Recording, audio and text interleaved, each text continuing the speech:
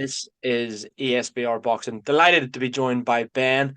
Many of you may not have seen Ben. I'm hoping to do a bit more content with him on the channel over the coming weeks and months. But yes, Ben is here to chat with me about a preview. We're doing a preview. It's not me and Elliot Grigg as you're used to now. Ben's filling in, and I'm sure he's more than capable to step into Elliot's Elliot's shoes. We're talking about the Jessica McCaskill and Lauren Price fight at the Cardiff International Centre in Wales on Saturday, the 11th of May. A big Sky Sports boxing and boxer show, of course. WBA and IBO welterweight titles on the line, and 10 2-minute rounds, of course, all of that. Not going to get too hung up on the tail of the tape. Sure, a lot of people have heard of both fighters. So, what I wanted to come to you and ask first and foremost, Ben, is after you tell us how you are, I just want to know, in your opinion, do you feel that Lauren Price is the real deal, or do you think maybe this is potentially a step too far too soon? Yeah, I'm good, mate. Thanks for having me on. Obviously, delighted to be speaking to you today. And yeah, in terms of the fight, I think Lauren Price definitely has got the potential. We've already seen her. She's a Olympic gold medalist. It's obviously the toughest test of her career yet against an experienced world champion already who's been in it and done it. But we've spoken to her a little bit. She's really confident heading into this fight, and if anyone's going to do it, I think it'll be Lauren Price. Yeah, very interesting. Very interesting. Obviously, as a Welshman yourself, you probably know more about Lauren Price than a lot of us. Do you feel that she's come over from the amateurs with quite a lot of hype behind her? I think, having won the gold medal, she's had Yeah, six pro fights so far. One of them via stoppage, but obviously we do see a lot less stoppages in female boxing just because of the nature of the 10 2-minute rounds. She was, of course, obviously the first woman to ever win a British title, I believe, or yeah, something like that. But yeah, so you feel that there is that she really is the real deal, and Saturday night, Saturday 11th of May, could be her coming out party. yeah. Definitely. Like you said, I am Welsh. I'll try not to show my Welsh bias, but in terms of like not just as a boxer, but I think an overall athlete. Lauren Price before she got into boxing represented Cardiff. Played in the Champions League for Cardiff. She represented Wales at international level in football. Then obviously transitioned into boxing. She went to the Tokyo Olympics, won the gold medal there, and now she's become a very good pro boxer. 6 fights, 6 wins. She hasn't lost a round in any of those fights, and yeah, I think she's looking in very good shape for May 11th.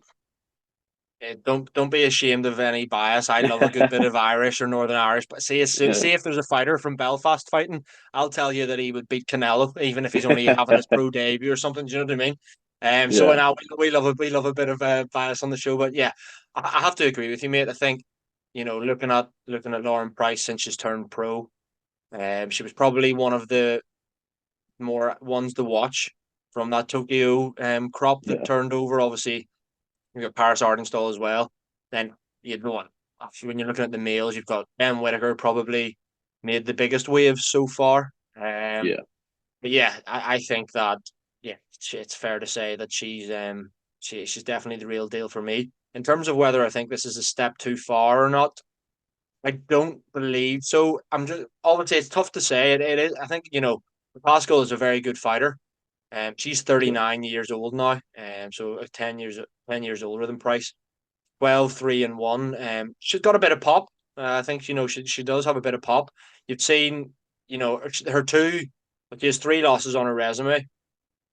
She lost obviously to Katie Taylor, lost to Chantel Cameron as well. There was one early on, I think, which was an odd one. But then the yeah. draw on her record was last time out, Sandy Ryan. But I mean, I don't know if you agree with me, but that was not a draw. Jessica McCaskill lost that fight. Sandy Ryan, I think, was really hard done by there. So if you're looking at that, is Jessica McCaskill coming in off a poor enough performance against Sandy Ryan with a lucky decision? But she is, of course, the former. You got to give her a credit. She is the former undisputed champion at 147, two-weight world champion as well. So yeah, you got to put some respect there. But I do agree with you, mate. I think that Saturday, 11th May, is kind of the coming out party of Lauren Price here, and I fully expect her to put on a clinic. talking about Lauren Price, and it could maybe feed into more fights down the line and stuff. But I'll kind of throw a few names at you here. And just quickly, want you to let me know how you feel that Lauren Price would get on against these girls. We know it's probably not going to happen right away or before the end of the year, but in the coming years, how do you think she would get on against the likes of Sandy Ryan, Terry Harper, even Natasha Jonas, who's obviously up a weight division as well?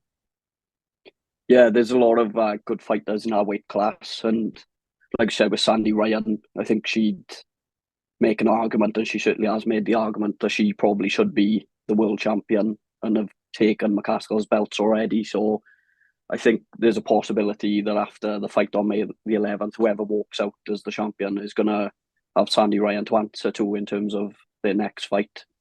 But yeah, some very good fighters in there. You got Natasha Jonas, like you said.